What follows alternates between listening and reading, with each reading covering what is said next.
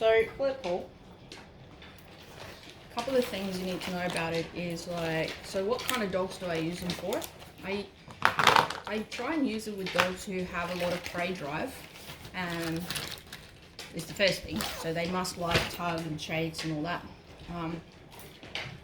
Some dogs might be a bit wary of a stick, you know, like moving around.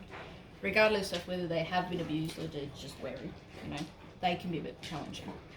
I use it with dogs who don't have a lot of trust in their handlers, so they've been robbed a lot. I also use it in dogs like Millie yesterday, who doesn't have a good targeting skills yet, because you're holding the stick and you're trying to get them to get that, not you. So it can build a lot of skills. So the first thing is like, you know, what is a Flirt-pole? Can I make them? And you know, you can make it yourself. So usually you'll have some sort of like a stick. You want to get something that's got a bit more give. So if it bends, that's why I use PVC pipe, something like that. The secret to it is, whatever you're using as the toy, right, has to be long enough for the dog to have a good target. So you can use their favorite toys, it can be plushy toys or whatever. Just be aware some toys might be too heavy for the stick. Alright, so you've got to keep that in mind. What I do is like, I'll make 2 holes here, and I'll take the string and I'll bring it through inside, and then I will loop it through and then tie it up here. So this entire pole takes because the string's inside, right? But the big secret is the length of the string of the toy should not really go more, like shouldn't be longer than the stick, because that makes it harder for you to play. So if you've got a really short stick with a lot of leash, like a lot of string in a toy, it takes you massive movements to get like a little bit of a movement in the toy. So if you've got a dog with a favorite plushie or a, you know, whatever, that's always a good idea. So that's always a good thing. So I usually use PVC pipe. Usually it's cheaper, you can find it anywhere. I use paracord for the string, because it's so thin that most dogs don't like it, because they like, it's not chewy, like, you know, it's fairly strong. So yeah, and then whatever toy you want. So that's the first thing, you can create that yourself. Literally just need those 3 things and a drill that through, boom, you're done. So that's the first thing.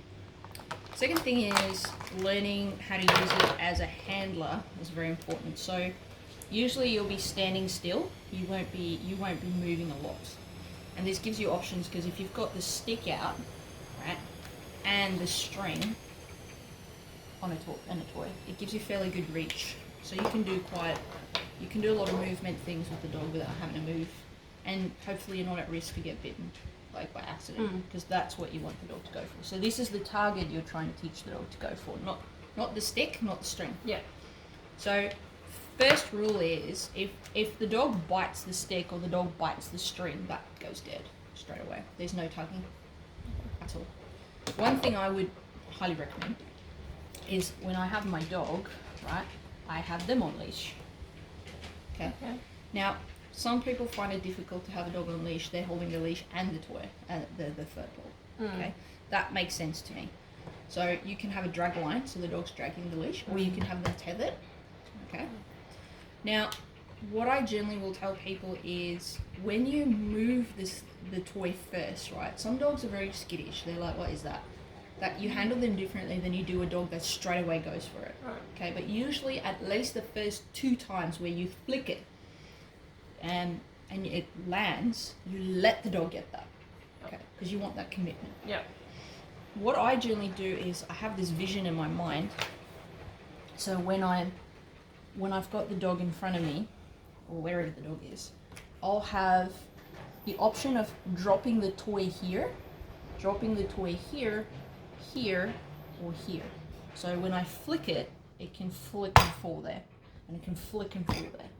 You don't want to, and this will make sense when she's like, this is like from a top right. So if I flick the toy here and the dog runs to go there, right? Often what people will do is they'll flick it straight over the dog's head. That is dangerous, because dogs can get like whiplash, and they can hurt their spines, they can fall over, like that sort of thing. Plus, you make them jump. Right, which you don't want. So if a dog runs there, I now have 2 options. I can either flick the toy here, or I can flick the toy that way. Yep. So there's two options. So normal prey animals tend to try and run away from the dog. Yeah. Okay. I can even flick it right here, and if the dog pounces, I can flick it over there. So you don't have to do the entire big movements, right? That's what I like about the Flirt-pole. You're using fast twitch fiber movements. So you're addressing that drive where it's like, oh, and then changing directions quickly. Yeah. That, you cannot build stamina in that.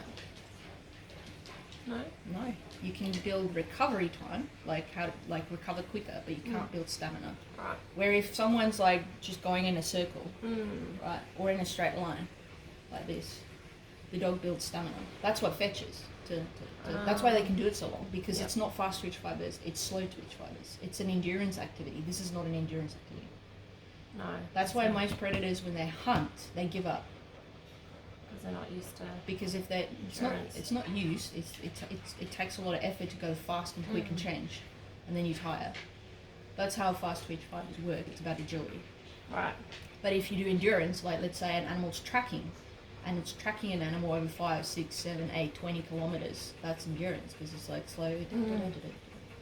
This is great for drive and fulfillment, and to get the energy out, but specifically the drives. Okay. So you have options of moving the toy in this sort of like diamond shape, and you decide whatever. The point here is that you're moving in directions from side to side or forward, not over the dogs. Yep. The next thing that you need to know about is what a lot of people do wrong is, let's say we flick the toy over here, and the dog only got to here, like as it's running, the dog got here, and there's like a meter in between, and then they already flick it. It's too quick. The person flicks it. Yes. The dog needs to be literally like right there to get it, and you flick it. Because we want the dog to be able to get it. That's the point. Right. So the faster the dog gets, and the more skillful the dog gets, the harder it will be for you. That's the point. Right? The point is, oh, you nearly had it. Oh, you nearly had it. Not, oh, you nearly had it, but he's like here. That's when dogs, and this is what Derry does. I don't know if you noticed that. So I flicked it over here, and he ran and he stopped here, and he did this. Right? Because he can intercept. You see it? I want him committed to go. Yeah. That's one of the biggest mistakes that people make with dogs. Like, oh, he doesn't want to get it. And then when dogs hear, like, where are you going? What they do is they actually flick it into the dog's mouth. Oh. And it's like, so what you just taught the dog is if I keep my ground, the rabbit will jump into my mouth. Or this object will come to me. I don't have to work for it. That's not drive fulfillment. No. Right? Drive fulfillment is I'm going out to get it. I'm chasing it. I'm changing directions. I'm pouncing on it. Or maybe it's like a chicken in the air. So I got to grab it in the air. So, and that's the important thing. So do you ever let them get it? All the time. So you can intentionally let them get it? Yes. Yeah. In the beginning, I tell people no more than 2 misses. So that you can't make the dog miss twice. Like in a row? Yes. Yeah. So if I go flick and the dog launches and gets it, that's one, right? Yeah. He gets it. Or I go flick, he misses, flick, he misses, the next one he has to get it. Okay. But so you have 1 miss, 2 miss. So he's always going to get it either on the third, the second, or the third. Yeah. So you get a very committed dog. Yeah. That's what I need. Before I worry about anything. You got to create that first. Okay. So that's usually so working with people like doing this first. What I then do, and this is why my dog's on leash, is celebrating with my dog. I have to be able to go close to them to then make sure there's no tension in the string. If there's tension in the string, the dog will pull. Right. Because it'll pull, it'll shake, it'll do all these things because it's like, oh, it's alive. Yeah. So if I can step on my dog's leash and move into their sphere, and they try and pull, so the leash stops them from going too far, and therefore they don't pull on the string, right? I can now celebrate, good boy. I never touched the toy, ever. So I can build that. And if I keep that toy dead long enough, right, he'll get bored. Most dogs go like a little chewy, they'll hold the toy and it go, like they'll try and get you to pull and and they'll start doing this and go, You know, when that happens, you rip it. Like wah, and then he's like, it's alive again. But the thing is, because you've got a stick and a string, the dog never feels it's you robbing them. Right. Yeah. Okay, so that's the first thing. And then later on, I can teach you how to get him to drop things and let go. And then you've got to you have to have a dog that drops it or gives it to you first before you use it in obedience. Oh, okay. Yeah. Because if you don't, and he's got the toy, and that's the problem with toys. The moment the dog has the toy, he's got what he wants, and then you go, oh, I need to get it from him. So if you then go, give it, and he's like, no, it's a tug, why would I give you, number one, why would I give you a point for free and then work for it again? Yeah. That makes no sense.